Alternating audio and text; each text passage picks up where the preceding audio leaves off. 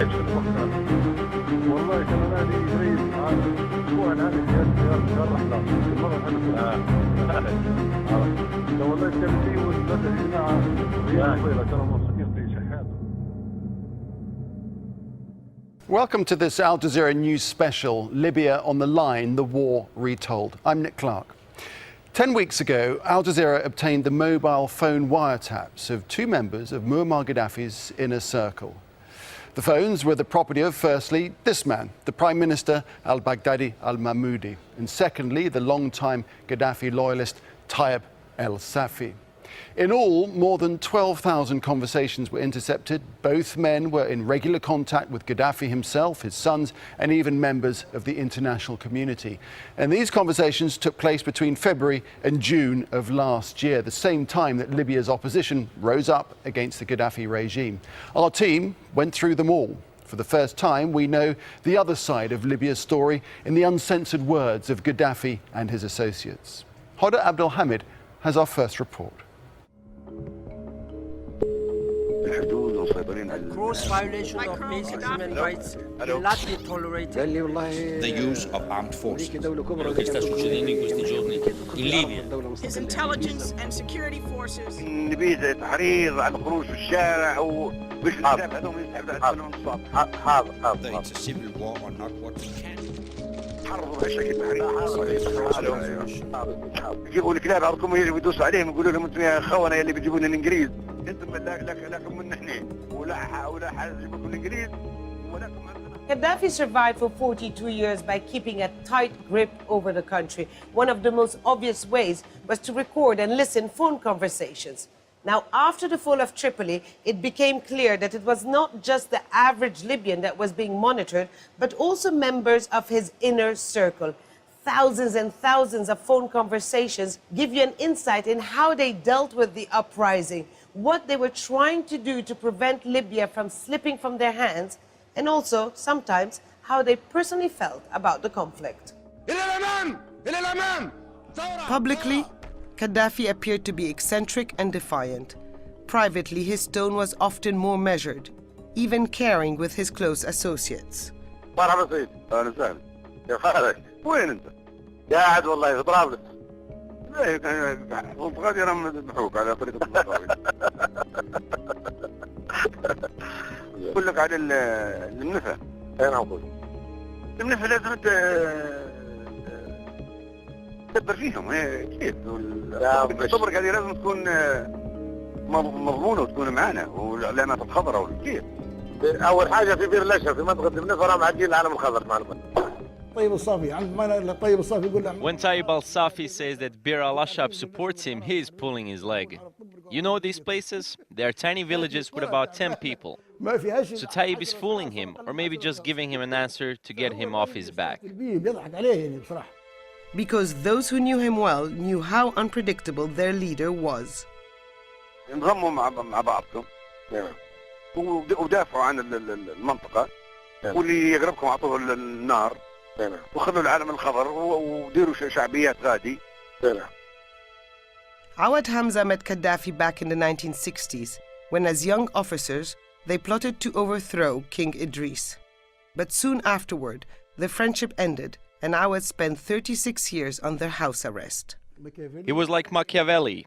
He was willing to approach anyone with any type of a deal. The aims justified the means, as long as he stayed in power, him and his sons. This Gaddafi was more apparent during conversations with members of his government. والله ما عرفت يعني أنا كلية بالذات رئيس الوزراء يعني مشي بعيد بكل يعني حتى ودعمناهم كان عندهم أزمة مالية وحتى عندهم حتى ودايع ولكن ينقلبوا قلبة واحدة خاطبوهم قولوا لهم انتم ما فيش مقدم مصالحكم وحتى احنا بس نعترف بالباطل. اي بالضبط هددهم به ونعترفوا بالاندلس. In hiding, Gaddafi appeared more and more isolated. Several conversations reveal a man trying desperately to cling to a reality that was not there anymore. ما قلتوش مسيرة خضراء ولا قلتوا فيها. هذا كله على الداخلي وفي الخارجي هو المهم. هو من اللي في الخارج، احنا ما يهمنا في الداخل. لازم حتى في الخارج تبينوا المسيرة خضراء، بيشتغل في 10,000 الليبيين زي مبارك الشامخ. تو يخطر عليك حاجة زي كذي. ما في بالك. ها؟ احبال وطيح ساعات يقول الموت. والله الاحبال. انت هو امين مؤتمر الشعب العام. شنو كان يحلم هو؟ تو شنو يبي بعد؟ والله اللي طيح ساعات باله وما عنده عقل. تو كان يديرها واحد رجعي، واحد غني، واحد من الاخوان المسلمين، واحد من الزناقة، واحد من الفاشيين اللي بالسلطة. اما فيها واحد زي هذا. لا عليه حتى قامش الحرة، هو الحرة بتاع المخابرات الامريكية وين وين؟ وين الناصرية؟ وين الثورية؟ وين القومية العربية وتحرير فلسطين والوحدة العربية؟ هو كان عنده إحساس. He had the feeling that people would never let him down. He could not imagine Libyans being against him. He was under the impression that the problems could be solved. But the only solution that would satisfy the Libyans was Gaddafi's removal from power. Abandoned and on the run, he died in the hands of those he had vowed to crush. Well, it is an extraordinary insight, isn't it? Hoda joins me now, along with Jalal al-Galal, former spokesperson for Libya's transitional government that took over from Gaddafi last year. And Jalal, first of all, what effect do these tapes have on you when you listen to Gaddafi's voice? You were there throughout the conflict. Well, just listening to them right now, it strikes fear still in me. His messages were always delusional, threatening, and it obviously had an effect on us. But as time progressed, we destroyed the fear barrier, and then they started getting worried. I think that's the essence of it. With the small successes that we've had, momentum built, then euphoria ensued, and it seemed us on the upper hand while he was beginning to get fearful about losing what he had. Right, so it was going in reverse ways, really, for both sides, wasn't it? It was. Hoda, from your point of view, 12,500 recordings, an extraordinary amount of work went into it. What was it like going through them all? Well, I have to say the first reaction was, gosh, what do I do with this? Then I asked my Libyan friends, I said, come, listen to this. So we started clicking randomly through these clips just to figure out whether they could recognize these voices, whether they thought, you know, when the person saying that he's Gaddafi is really Gaddafi, was it really Saif al-Islam? And they had no doubt whatsoever that it was them.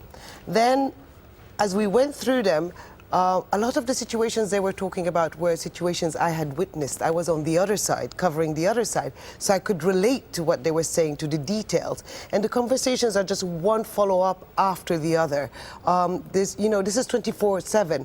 So you have the conversations about the conflict, you have personal conversations, you even have sometimes the wife who calls a senior official, says, on your way back, can you bring me some milk? Or right, so the more mundane side of life. So absolutely, yeah. Everything was there. And then I think, you know, no matter how good you are at propaganda, and Gaddafi was very good at it, you possibly cannot really fabricate all this. Right. This is not possible. There's too much in it. Absolutely. But there are conversations that are already on the web, aren't there? Yes, because what happened is that these conversations were actually the system recording itself. So after the fall of Tripoli, the war was still going on. Some of the fighters took some of these conversations and just posted about a few dozens on the internet, specifically ones that were there to prove or to keep the momentum of the war. You still had to find Gaddafi, you still had to find Saif al-Islam, you still had to continue. Libya was not liberated when Tripoli fell. But the conversations we have are completely different than the ones that are on the web. Really. Right, and another thing that really struck me was the large number of informants that the Gaddafi regime had everywhere, in all parts of the country. And from your point of view, Jalal, it must have been difficult to know who to trust, wasn't it? Well, it was. It was very difficult. From the very beginning, we knew that he had supporters. We couldn't gauge the number. We hoped there were not as many as we found out later, the number to be. But they existed, and we called them the fifth column. and they were among us, they have infiltrated us, and they still exist until today, even in the National Transitional Council and in the government. I just want to add one thing. You had people calling from the operations room of General Abdel Fattah Yunus. That should be the most secretive place in the hands of his own tribe.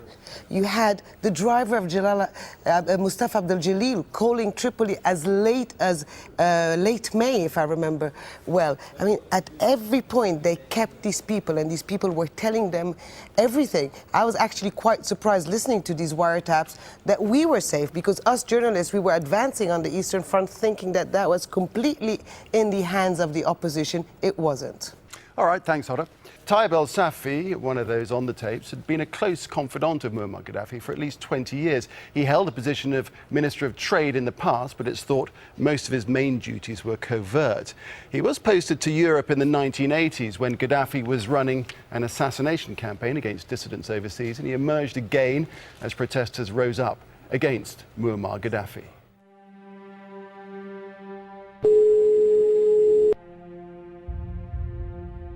نعم حاج طيب كيف حالك؟ أهلا حالك باهي؟ الله يسلمك الأخ سعيد يبيك ماشي خليك معي Taib al-Safi was one of Muammar Gaddafi's closest henchmen. شنو هذا وقت؟ أنت وين الثوريين 40 عام ونخرف عليكم لا لا أنت لما كيف تسكن صغير نربي فيكم شو اسمها هي؟ لا عندك لا عندك حق ايش اسمها هذيك تاجورة ولا شنو؟ صح منك لابس بدلة الرياضة وجيتك وشديت لا صح بشرطكم طيب لا صح Taib al-Safi was respected and trusted by Gaddafi's son and heir apparent Saif al-Islam. واليوم غادي أنت كبير المدبرين عندي. But Taib al-Safi was largely unknown to the outside world. Even among Libyans, he's a bit of a mystery. Few knew who he is or what he was doing. Taib al-Safi, I never heard about him before. I only heard about him in this revolution. I know that he was with Gaddafi, but that's it. I only heard about him just now, during the revolution, that he is one of Gaddafi's associates. Still, he played an important role throughout the conflict. One of the very few men who had the power to issue orders of his own. He was in Benghazi when the uprising began. The audio recordings make it clear that Taib al-Safi was in charge of containing the rebellion here in the east by any means possible. In fact, it's from this building that he was directing operations until it was overrun by protesters. أنا في تقديري الآن هم قال الشرطة تروح تضرب عليهم دائرة ما يكلمهمش قطعا عن دائرة. المواجهة توا يبدو لي مش صح الليلة. يا اما تكون مواجهة قوية وعنيفة يا اما تكون في مواجهة عرفت؟ اوكي. يا تكون في مواجهة عنيفة وقوية لا من أنا أتحدث. لكن المواجهة البسيطة عبارة عن تأخذ عواطف الناس تقريبا يتفرجوا أنا أتحدث من اوكي. But Taib al-Safi didn't follow this advice. Instead, he colluded with the head of intelligence, Abdullah al-Sanusi, and went back to the same old methods used over and over again to quell Libyan aspirations. وانا والله كنت مصر انهم لازم يمشوا وانا عيطت قلت لهم يا جماعه ما تعبوش كلموهم يقول لهم انتم كانت تهمكم بغازي ترى احنا عند الضروره وبنمارس الساحل ونمارس الصح يعني بنواجه اي حد بقوه ترى يا عبد الله حتى قايد يقول لا لازم بغازي تكون تحت السيطره ما نفكوش الامور يا جماعه الله يهديكم يقولوا كان ظهرتوا قوتكم هذول يخافوا كل واحد يقول في جحر. But his read of the situation was flawed. Protesters had broken the fear barrier. The red line was crossed. وين الحريه وين اللي قتلوا ولاد اللي طلعوه ونحن ما عادش نستنوا ويعتزموا في الوقت بتاعهم ما واروح عليه ما طيب واحدين نجم سويه جوهريه ما طيب حرام بالضبط. يعني في الاول كان الكلام اللي بيجينا يعني. At first we were hearing that people were not calling for the removal of the regime. We were told they had demands. A delegation was sent to Benghazi to listen to the people. It's probably that trip that went wrong. They were supposed to solve the situation, but it turned to violence. Benghazi fell within 5 days. Taib al-Safi moved to the capital, and until the very end, he continued to plot and scheme with his vast network of informants for the return of the regime to the east. وردوا بك بتفكروا كيف تدعموهم ماديا ولا بأغذية ولا نيرة كلام فاضي. هذا بك خلوهم يجوعوا وخلوهم يعانوا. تفضل لك كل شيء موجود لكن مش قادر نوصله لك. مش قادر نوصله لك. ايوه بالجوال هي يعني خليها ايش كما يقول تنتعش يصير يعني التركيز يتم عليها بحيث انهم يعرفوا هم ان اللي لهم قريب اهم وضع تم تحسن معهم. اوكي تمام.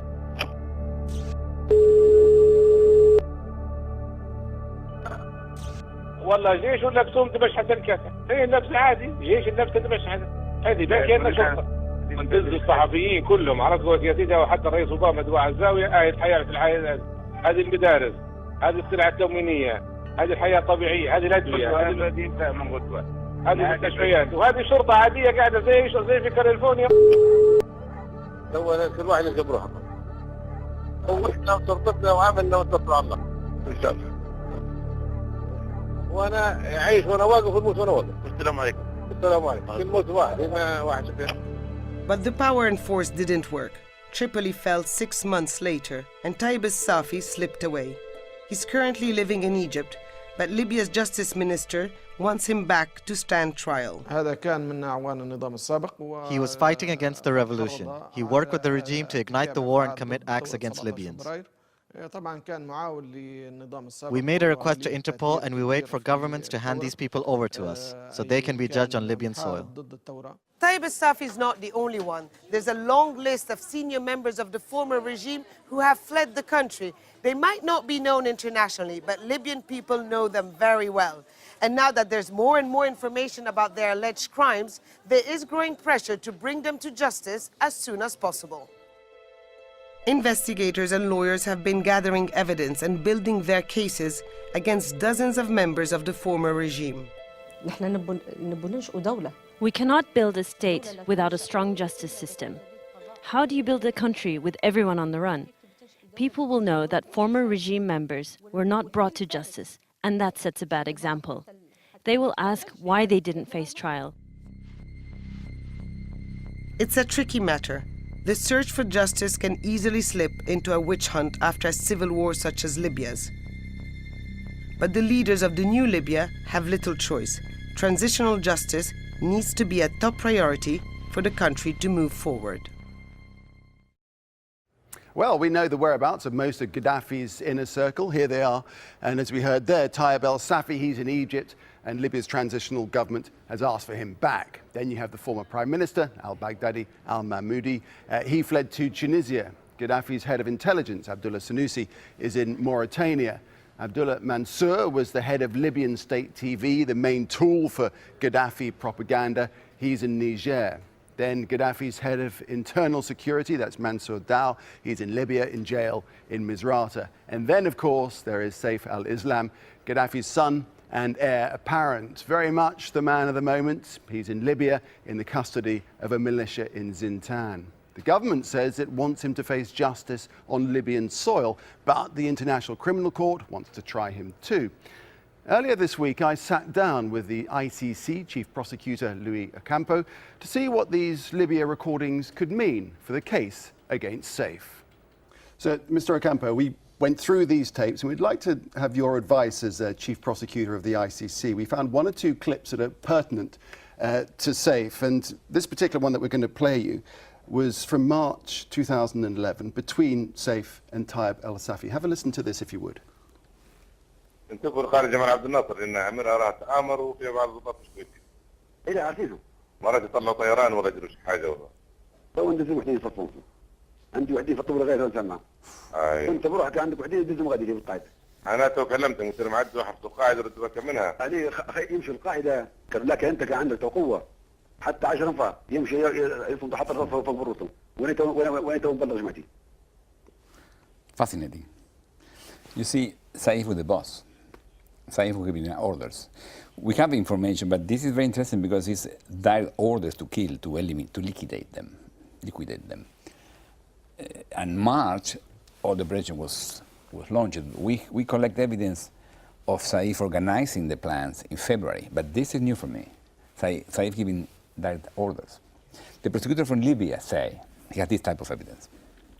So how useful is this in any case against Saif al-Islam? Okay, this is TV, so a court of justice need to confirm this authentic. Yeah, so it certainly is authentic, but further checks could be made. Yeah, we need a witness who explain how the tape arrived to your hands. But this authentic is very interesting because, as I say, it confirmed that Saif was the boss. Saif was giving orders, and the orders include liquidate them and kill them. So that is both are very important issues. Okay, that's one. There's another one. How about this? We've also got Saif in conversation with the Prime Minister, and they're talking strategy. I won't play the clip now, as it's quite long, but there is an element in it. At one point, Saif poses the question, should we have human shields? Should we have human shields? He's putting forward this consideration. Is that kind of thing culpable evidence? When was that? That was April 2011. That was about a month later. Yeah, because in April, they were doing Misrata. And in Misrata, it was the first time they had strong confrontations.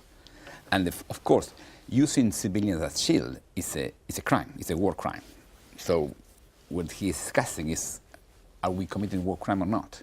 But also, in the way you described to me, is again Saif. Baghdad is the prime minister, and Saif has no formal authority. However, is giving orders or instructions or discussing a strategy with him.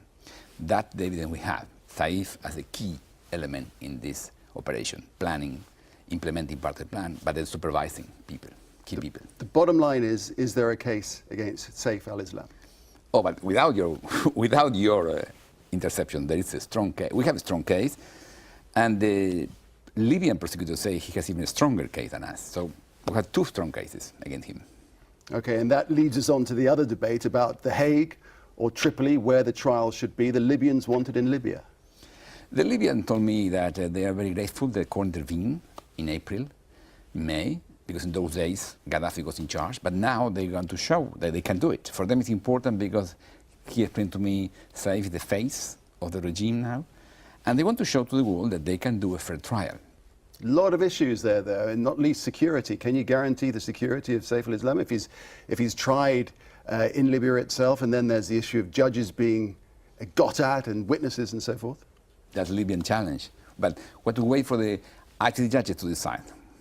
Just one final thing. Despite what we've said, Saif al-Islam was a civilian.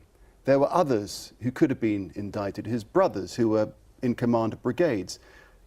Why was Saif, and why is Saif such a target for the ICC? The policy we have is to prosecute the most responsible in accordance with the evidence.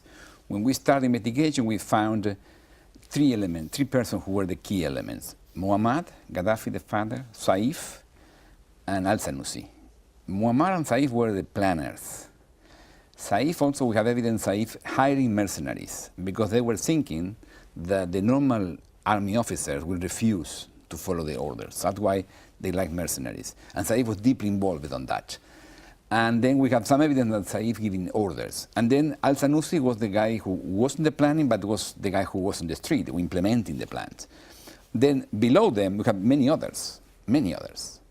But our office focused on the more responsible. In the more responsible were Muammar, Saif, and Sanusi. Because his brothers, of course, Hamis and Mu'tasim, were in charge of brigades, and no doubt there would be evidence there that you could find. Oh, no doubt. There are 1,000 more people that should be prosecuted. But the ICC prosecutes few people, so we prosecute 1, 2, 3 persons, that's it. The rest for the national authorities. How important do you think it is for the process of transitional justice for Saif al-Islam to be tried in Libya? I think it's important that he receive a fair trial. He's still innocent, we have to prove his responsibility. But I think it's very important that people in Libya follow the process, a fair process, in ICC or in Libya, whatever the judges decide. But it's important the educational part of the trial. My country changed it when we prosecuted the generals. People learn what happened through the witnesses. So I think that could be so important in Libya. It's like to create a baseline, a common ground for all of them. And finally, from the point of view of what you've seen and heard so far about these tapes, from these tapes, how important do you think they may be in the process of transitional justice? These tapes are great. You should give to us or to the judges or the prosecutor in Libya. It's very interesting information confirming what we have. It's very important to show the direct involvement of these people, because people don't believe that Saif, who was in London going to dinners and to universities, suddenly is giving instructions to kill.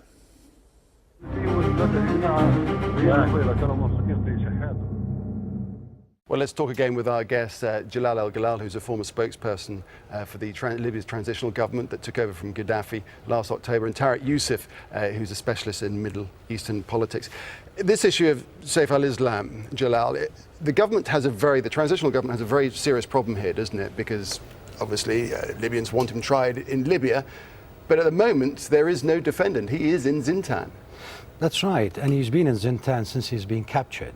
There have been promises time and time again that he will stand trial in Tripoli next week, next month, and so on. I personally believe that Saif will not stand trial, at least not in Libya. So the two options left is either he's going to end up dead or probably escape to Mauritania with Abdullah Sanusi. Because again... Okay, well, take the first option first. So that means that if they try and move him from Zintan to Tripoli, you think he would be killed on the way? No, I don't think so. I don't think the hierarchy wants him to be tried. Because again, I do believe that Saif al-Islam can implicate a lot of those members. Now, the pattern that has risen is that a lot of the Gaddafi loyalists or henchmen have been allowed to escape. If we take Bashir Saleh, who was in Libya, Bashir Saleh being the chief of staff of Gaddafi's office, was allowed to escape to France. And Sarkozy actually said that we took Bashir Saleh in coordination with Mustafa Abdel-Jalil. So obviously they don't want any of those men to be tried. Why Saif in this case? So the two scenarios that we have is either he's going to be allowed to go to a place where they have no agreement with the international court, or he's going to end up, I'm afraid, dead. So either way, in those two scenarios, Tarek Youssef, it's a disaster for transitional justice again, isn't it? It is a disaster, and it makes Libya's revolution more incomplete. And it feeds into the conspiracy and the sense of justice not carried out in the eyes of the Libyan public. More of these officials have been allowed to run away. They're turning up dead. The truth will never be told, and those who should be implicated will possibly never come to terms with. But hold on a second, you're both painting a very bleak picture here. This is supposed to be a whole new era for Libya, isn't it? What's going on? I think it's got to be a new era. It's going to be a new era. I think, at least from my perspective, what I was trying to suggest is the road to the future Libya we both want to be a part of is going to be much more difficult than we had assumed or thought or had hoped. I think it's a matter of managing expectations at this point. At the risk of sounding more sinister, I think that the Gaddafi loyalists who have infiltrated the structure in the transitional period are actually trying to get back to the positions they held before. So you're being a real conspiracy theorist here. Are you talking that a counter-revolution is nigh? No, I'm not being a conspiracy theorist. I'm just telling you the facts that I've seen. It's real politique. These are the people are in power. We haven't changed any of the ambassadors. We haven't changed the people in the foreign investment funds. We haven't changed a lot of the security guys that were very loyal to the Gaddafi. So it is not really a conspiracy. This is the reality on the ground, and this is what's happening. You have to remember, these guys have a lot of money. They had the time. They've got the planning. They can hire the experts to go back to power. So this whole business of the chief prosecutor saying Saif al-Islam has to be tried in Libya, whatever happens, that's got to be the way it pans out. That's just a smokescreen? Is that what you really believe? No.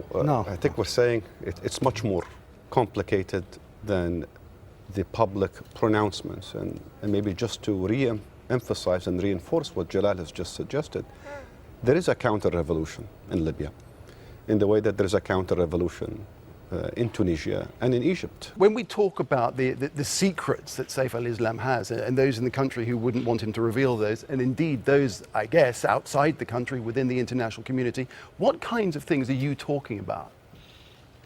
Personally, I am more concerned about the internal secrets. Those who infiltrated us from the very start, who actually defected the previous regime only to infiltrate us in order to try to minimize the damage to the Gaddafi system. This is what concerns me most. Now, other secrets internationally, although very important, I have not paid much attention to. But what's more important to me is, in a sense, those guys are traitors, because they infiltrated us with the sole aim of halting the revolution or coming up with the best possible solution for the Gaddafi regime. And that could implicate very high figures in the previous executive team or in the National Transitional Council. So you can imagine the fear of those individuals and at what level they would go to protect those guys. Now, the tape shed light on one of the major issues of the war in Libya, and that's mercenaries. Opposition leaders issued the warning early on. Gaddafi was hiring fighters from southern parts of Africa to stop the uprising. It became a top issue in the media, and there was a backlash against African foreigners. But Gaddafi consistently denied it. And the recordings appear to support that, at least at the beginning of the uprising. In this phone call to Tayyip el-Safi, the caller said there were black fighters in the Libyan forces, but they were in fact black Libyans.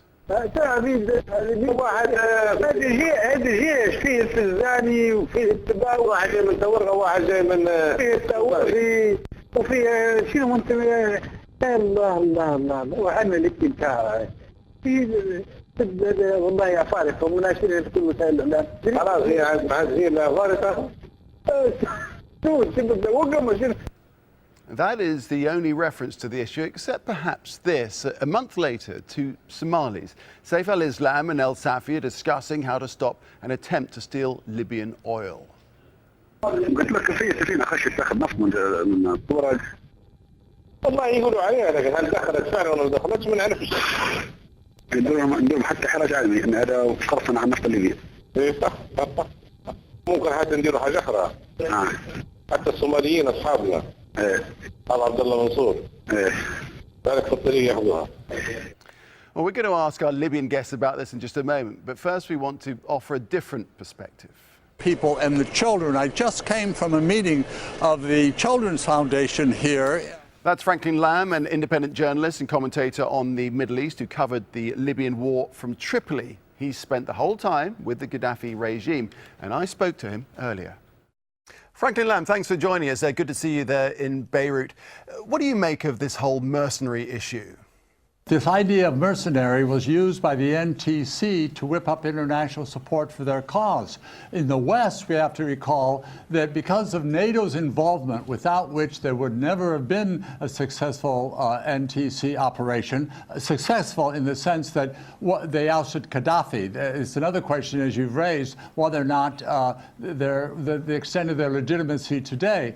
But I think the issue is overblown. I have no doubt that there were. Look, there's thousands and thousands of foreign workers from many African countries. The Gaddafi regime welcomed them on in a good basis to have 100 different jobs, and there would have been no shortage of applicants for a mercenary force, but compared with the power of NATO, it was a very small matter. Did you meet any mercenaries? Did you see any? I met some Ukrainians, I met some Serbs, we know, but they were technical advisors to Gaddafi's army and certain institutions ranging from the media to IT services. We saw them around. But the same thing happened in the East with the NTC. They had some foreign SAS types, they had the Navy special forces from the Americans, they had British forces, that's been documented, French forces, there were forces from Qatar in there. I have to say, Mr. Lamb, your take on this is a long way from that of many people we've been speaking to. You know, there's another point of view, and the fundamental issue that I recall among the population, and these weren't just propagandists, is that the NTC was viewed as illegitimate, that they were mercenaries. Some of the leaders came from abroad, some of them hadn't been to Libya for years. Let's put that to Jalal al-Galal, former spokesperson for the NTC. From what the NTC was saying, what Franklin is alluding to there, if we were to believe the NTC, the whole country was awash with mercenaries, but it's simply not true. It's overblown, as Franklin said. Well, we can't ascertain the exact numbers or how many of them there were. But I do remember the beginning of the conflict. We did round up as many of the African workers as possible in Gar Yunus University. Gariones University at the time, and we actually shipped them at night to the Egyptian border. Now, there were mercenaries. As to the number, I don't know. It could have been exaggerated. But I wouldn't go to the extent where, say, it was used by the NTC to whip support. I personally believe Gaddafi was the best marketer for our revolution because he was delusional and he was threatened us with obliteration. But there were mercenaries. I've seen them. I've heard some of their ID cards. I've seen their ID cards. But not on the scale that the NTC was saying. Because the fact is that in the tapes, as we've just seen, there's very little reference, so practically no reference. For all we know, there's no reference at all. And you would think they would say something if there were some there. The NTC never stated numbers.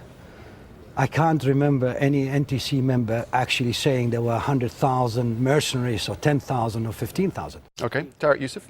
I take with issue with a lot of the conclusions that Frank has made on the basis of whether we can conclude or not that mercenaries were used extensively and effectively. I would not, for example, compare the presence of military advisors sent by NATO countries to the recruits that were on Gaddafi's payroll and were used for predominantly activities that would not pass any measure of international law or could not be justified.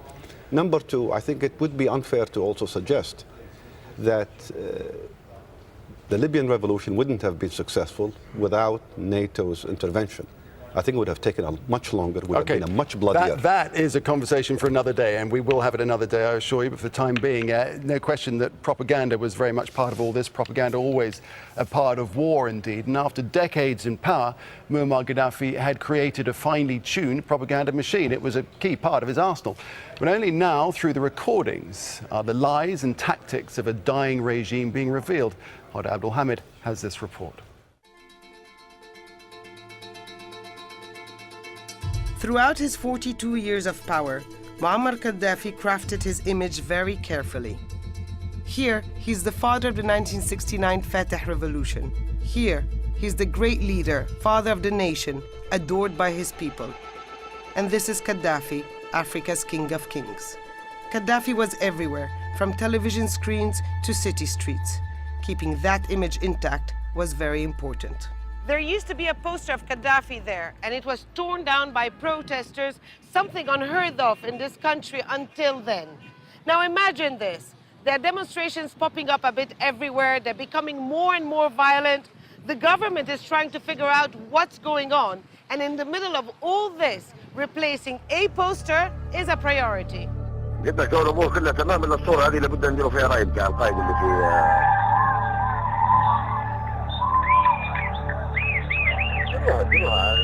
كان مرمر شوي تخلي عليه هالليله والله مانيش عارف لو كان انور تحصلوه والله حطوه قول عليك رايك نحاول ندوروه معنا انور شوي انور. It's his son Ali who received the call. He was on the streets among the protesters and had no intention of printing one more picture of the man he wanted to overthrow. This was not the first time he had received such a request, but it was the first time he refused it. I could have had problems, so I just ripped off the cables from my computer so it wouldn't work. 3 people came to me and said we need a picture of the leader. I told them that my machine was broken.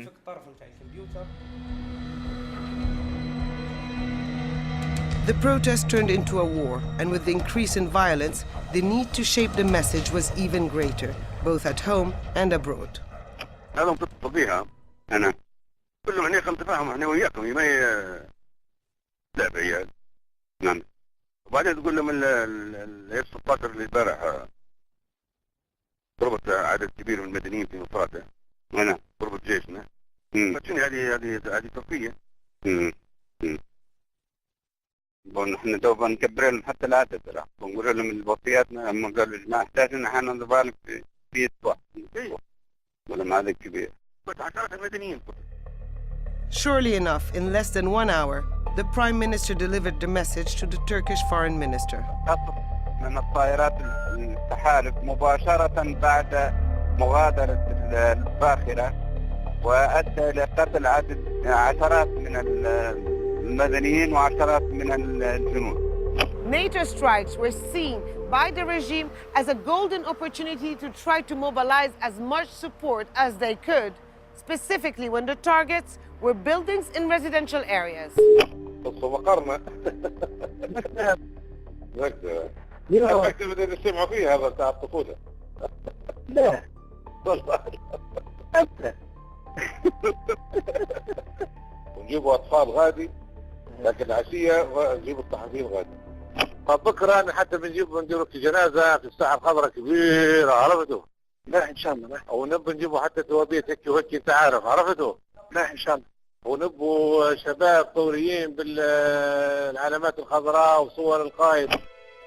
A lot of effort was put into organizing the funeral. They looked at every single detail, including that the international press was there to cover it.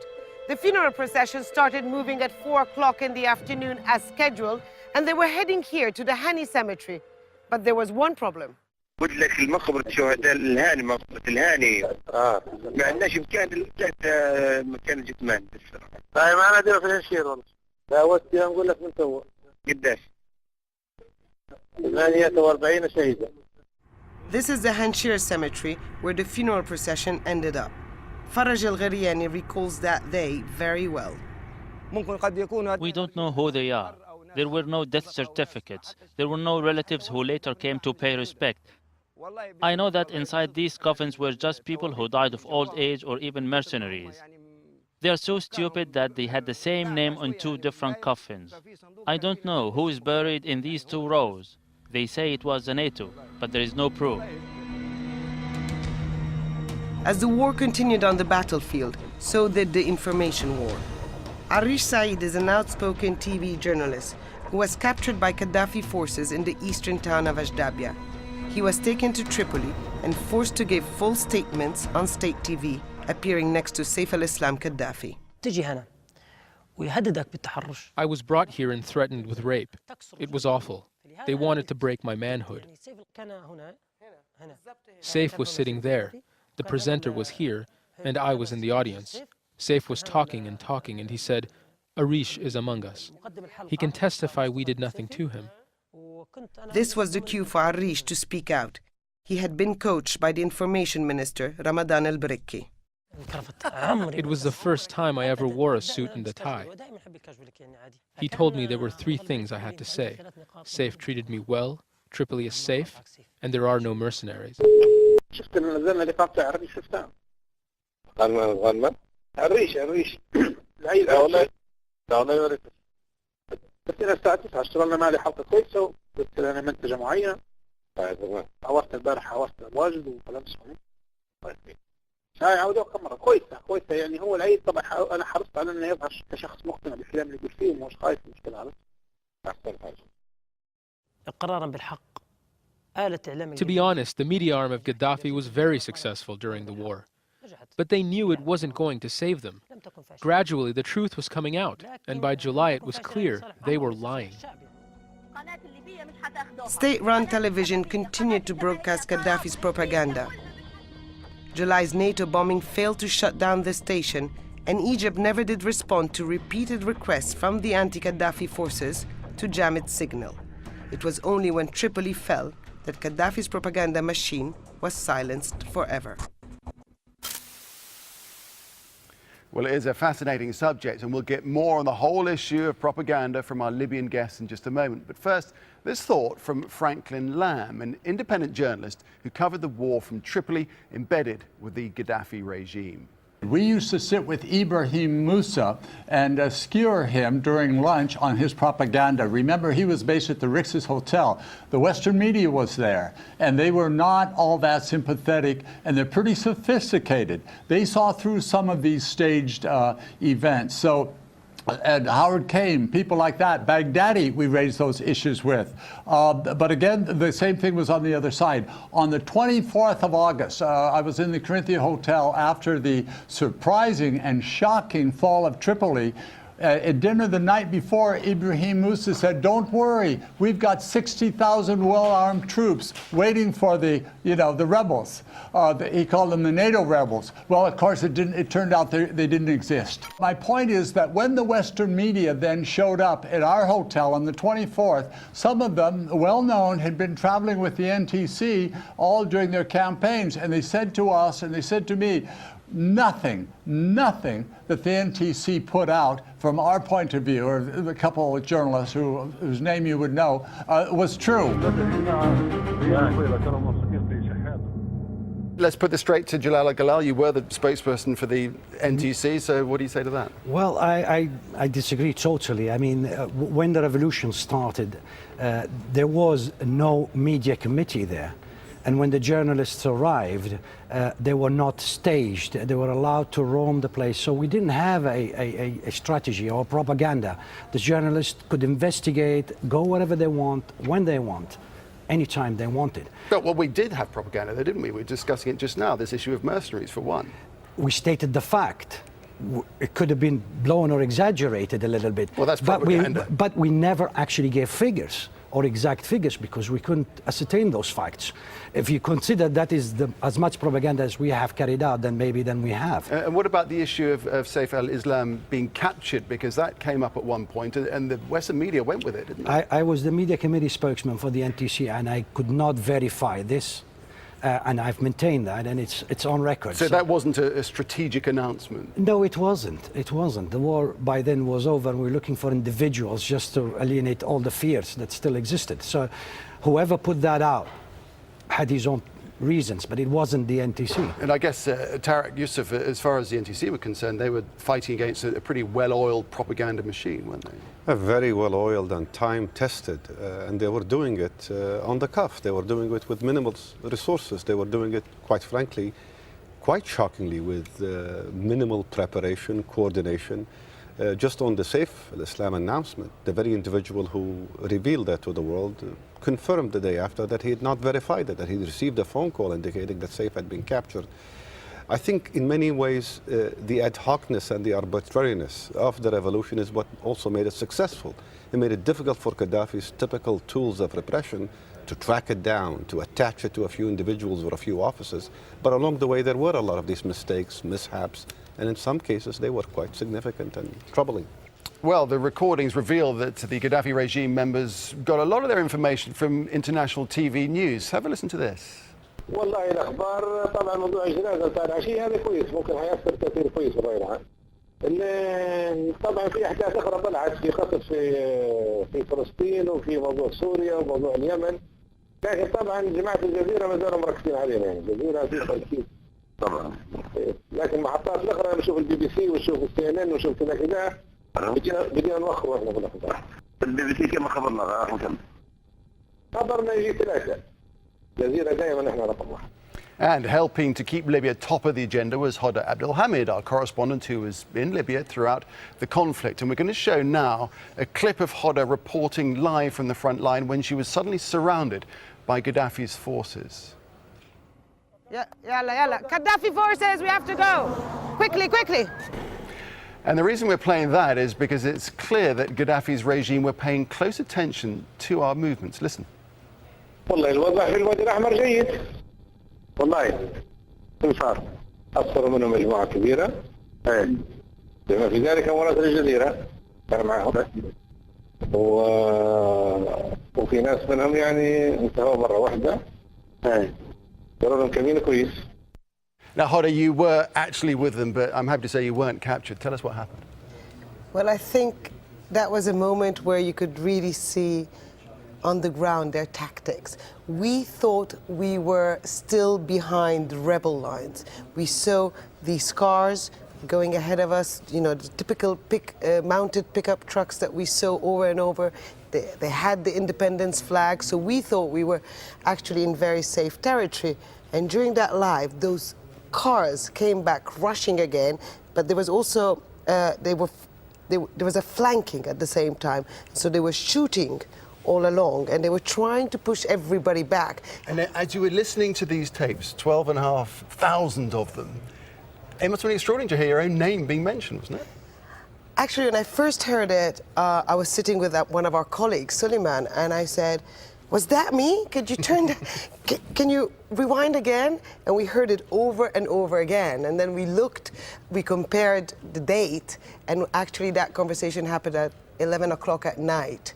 And that moment quickly, as we call it now, happened at around 4 o'clock in the afternoon. So we had no doubt that they were talking about that. And actually, some of the fighters we had interviewed had described to us in the report this trap they fell into. And what had happened to them is that these Gaddafi forces, dressed as rebel fighters, let's say, were waving white flags. They advanced toward them, and as they got very close to them, the others pushed them completely back, really, from the desert, flanking, mortars, Grad missiles, just complete pressure. And you got the impression that they didn't want to kill anyone as much as they wanted to push the front line all the way back to the east, and that's what they did that day. Extraordinary time. Now, looking across the whole spectrum of these tapes, we've barely touched the surface. There's a whole lot more to come, isn't there? Absolutely. That was the tip of the iceberg. What you get through these tapes is the whole international dimension to it. Who they were talking to, who they were not talking to, how they were trying to garner international support for them throughout the month, and how they realized throughout the month that they went all wrong about it, that what they did was wrong.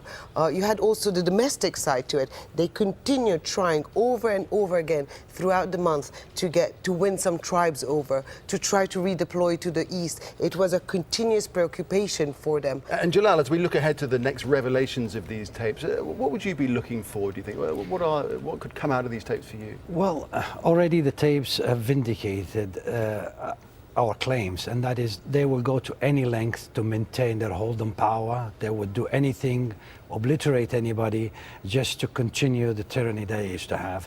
I believe that more of the same, who were in contact with them, it could expose some very important members who have escaped the radar so far. Who knows? But there's a lot more to come. I'm sure of that. All right, Jalal, thanks very much indeed. Jalal, Galal and Hoda, thanks a lot. Thank you. Thank you.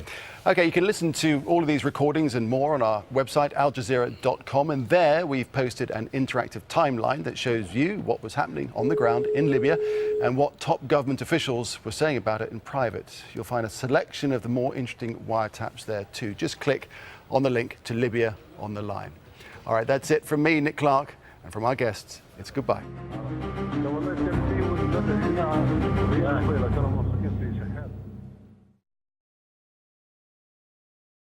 Could not imagine Libyans being against him. He was under the impression that the problems could be solved. But the only solution that would satisfy the Libyans was Gaddafi's removal from power. Abandoned and on the run, he died in the hands of those he had vowed to crush. Well, it is an extraordinary insight, isn't it? Hoda joins me now, along with Jalal al-Galal, former spokesperson for Libya's transitional government that took over from Gaddafi last year. And Jalal, first of all, what effect do these tapes have on you when you listen to Gaddafi's voice? You were there throughout the conflict. Well, just listening to them right now, it strikes fear still in me. His messages were always delusional, threatening, and it obviously had an effect on us. But as time progressed, we destroyed the fear barrier, and then they started getting worried. I think that's the essence of it. With the small successes that we've had, momentum built, and then euphoria ensued, and it seemed us on the upper hand while he was beginning to get fearful about losing what he had. Right, so it was going in reverse ways, really, for both sides, wasn't it? It was. Hoda, from your point of view, 12,500 recordings, an extraordinary amount of work went into it. What was it like going through them all? Well, I have to say the first reaction was, gosh, what do I do with this? Then I asked my Libyan friends, I said... Whether it's a civil war or not, what we can do. يجيبوا الكلاب عرضكم يدوسوا عليهم يقولوا لهم انتم يا خونه اللي بتجيبون الانجليز انتم لكم من نحن ولا حاجه يجيبوكم الانجليز ولكم.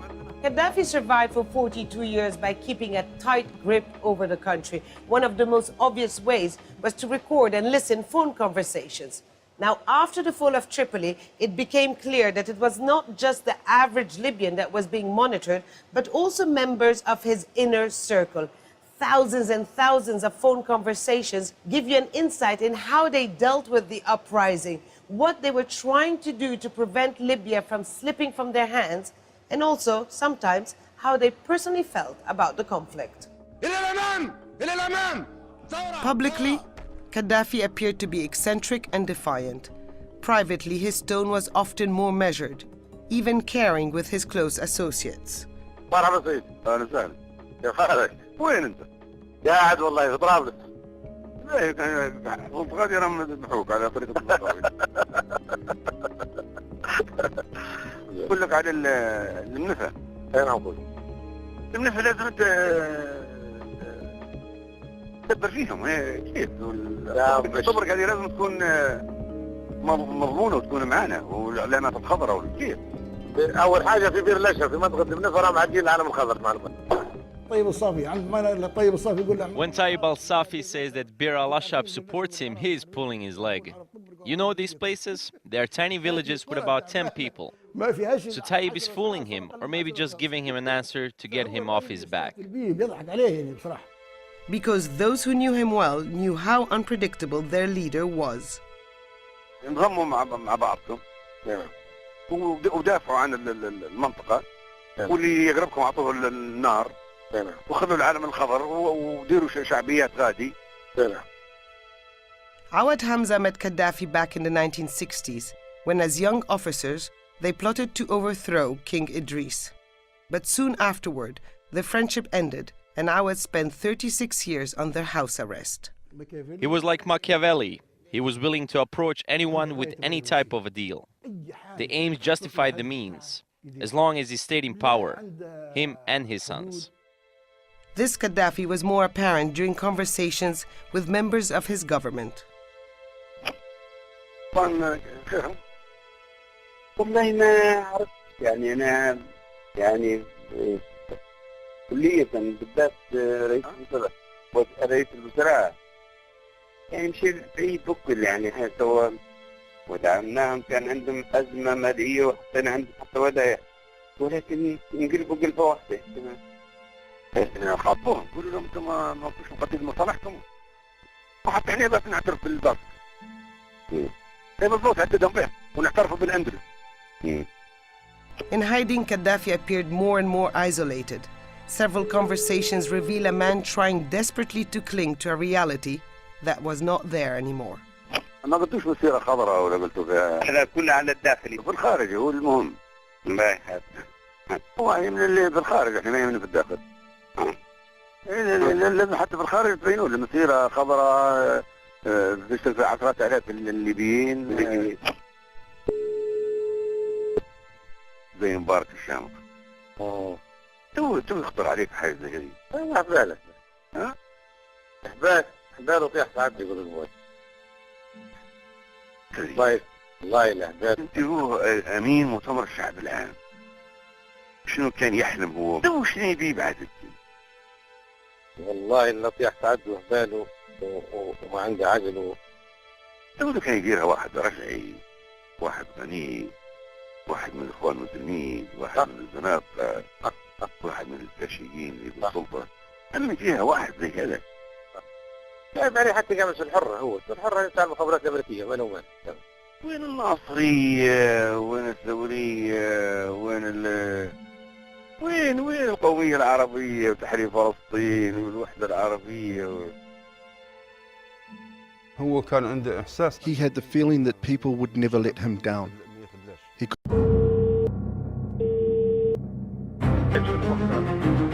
والله كان نادي إدريس أسبوع نادي والله كان فيه والبدل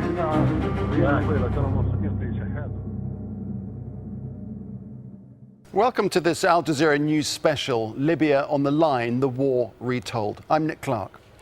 10 weeks ago, Al Jazeera obtained the mobile phone wiretaps of two members of Muammar Gaddafi's inner circle. The phones were the property of, firstly, this man, the Prime Minister al-Baghdadi al-Mahmoudi, and secondly, the long-time Gaddafi loyalist Tayyip al-Safi. In all, more than 12,000 conversations were intercepted. Both men were in regular contact with Gaddafi himself, his sons, and even members of the international community. And these conversations took place between February and June of last year, the same time that Libya's opposition rose up against the Gaddafi regime. Our team went through them all. For the first time, we know the other side of Libya's story in the uncensored words of Gaddafi and his associates. Hoda Abdelhamid has our first report.